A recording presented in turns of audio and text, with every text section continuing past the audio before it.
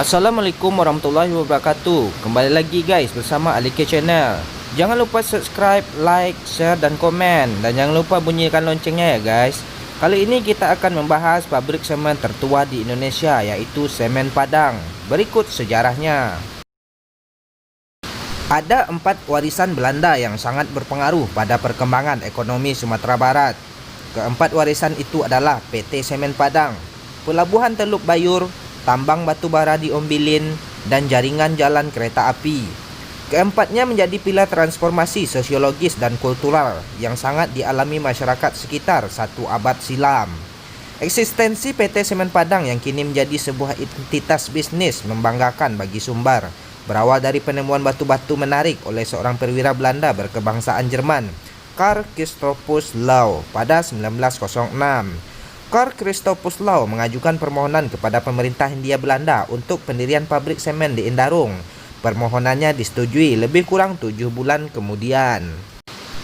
Christophus Lau kemudian menggandeng sejumlah perusahaan untuk bermitra, yakni firma Gebroeders Vet, F.A. Dunlop, dan F.A. Farman & Son. Pada 18 Maret 1910, ia lalu mendirikan pabrik yang bernama NV Nedermedicine Portland Cement Maatschappij NY PCM dengan akta notaris Johannes Pieter Smit di Amsterdam. Kehadiran perusahaan ini menjadi tonggak sejarah berdirinya industri semen di Indonesia karena merupakan industri besar pertama di Indonesia yang terdaftar di bawah Departemen Pertanian, Industri dan Perdagangan di Hindia Belanda. Pabrik semen di Indarung ini menjadi tonggak sejarah industri besar di Indonesia, bahkan Asia Tenggara. Legalitas perusahaan semen itu berdasarkan Koninklijke Beweging pada 8 April 1910, nomor 20. Pabrik ini berkantor pusat di Prins Hendrikkade 123 Amsterdam dan kantor cabangnya di Padang. Klin pertama pabrik semen Indarung selesai dibangun pada 1911 dengan kapasitas produksi sebesar 76,5 ton per hari. Klin kedua dibangun setahun kemudian dengan kapasitas yang sama. Pada awalnya sumber energi listrik yang digunakan untuk mengoperasikan pabrik ini berasal dari pembangkit listrik Rasak Bungo yang memanfaatkan air sungai Lubuk Paraku. Sementara bahan bakar pabrik menggunakan batubara Ombilin.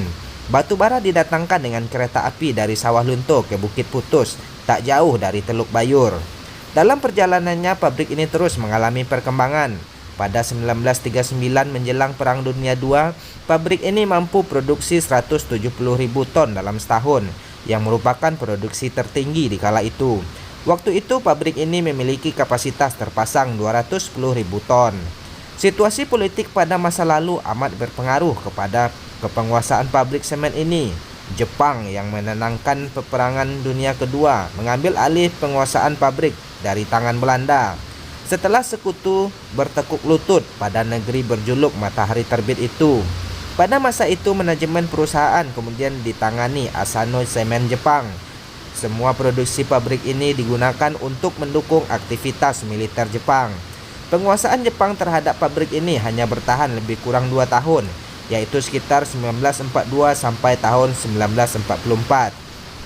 Pada Agustus 1944, pabrik semen ini dibom tentara sekutu dan mengalami kerusakan parah. Setelah zaman kemerdekaan, pabrik semen Padang mengalami kondisi gonjang-ganjing.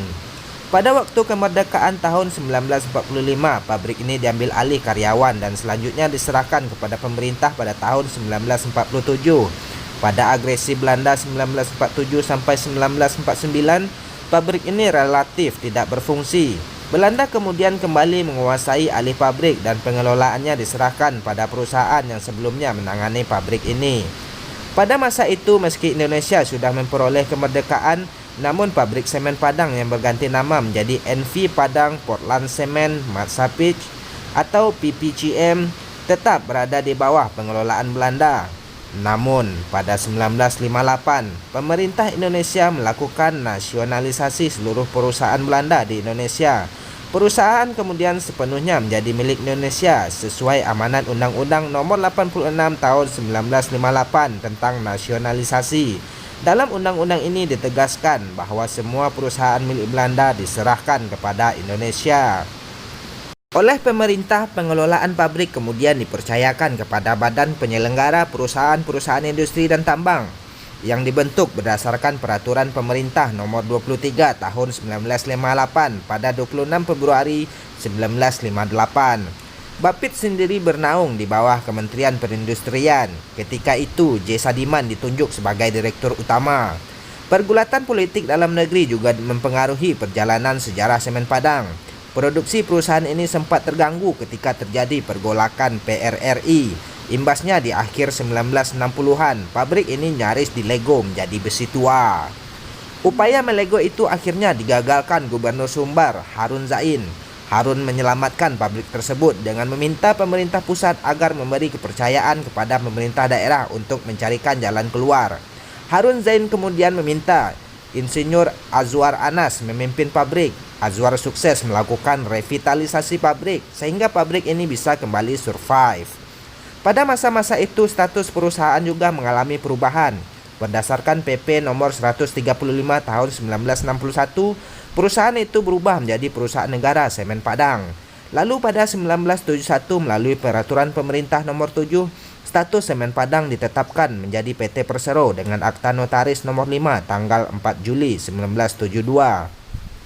Berdasarkan Surat Menteri Keuangan Republik Indonesia, pemerintah melakukan konsolidasi atas 3 pabrik semen milik pemerintah, yaitu PT Semen Tonasa, PT Semen Padang, dan PT Semen Gresik yang terrealisir pada 15 September 1995. Ketiga perusahaan itu berada dalam holding PT Semen Gresik Persero Tbk sejak 7 Januari 2013.